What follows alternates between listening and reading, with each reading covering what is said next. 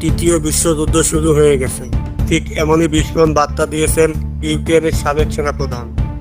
Russia Ukraine যুদ্ধ, উত্তর Korea দাবাদাবি অনেক সময় প্রশ্ন জাগিয়ে তুলছে, আসলে কি শুরু হয়ে গেছে আরেকটা বিশ্বযুদ্ধ? ফলে সাময়িকভাবে হিসাব চলে আসে কোন কোন দেশ এই যুদ্ধে সরাসরি জড়িয়ে পড়ছে আর নিরাপদ থাকছেই বা কারা। গ্লোবাল পিস ইন্ডেক্সে সবশেষ তথ্য বলছে ইউরোপের দেশ হয়েও আইসল্যান্ড নিরাপদ থাকবে, এখানে যুদ্ধের আঁচ একেবারেই লাগবে না। মনে করা হচ্ছে তৃতীয় বিশ্বযুদ্ধ সবচেয়ে শান্তিপূর্ণ থাকবে দেশটি, কারণ এর ভৌগোলিক অবস্থান মার্কিন সামরিক জোট ন্যাটো সদস্য হলেও আইসল্যান্ডের অবস্থান আটলান্টিক মহাসাগরের মাঝখানে, এর নিজস্ব সেনাবাহিনী নেই। ভৌগোলিক অবস্থানের কারণে বেঁচে যাবে নিউজিল্যান্ডও, এখানে যুদ্ধ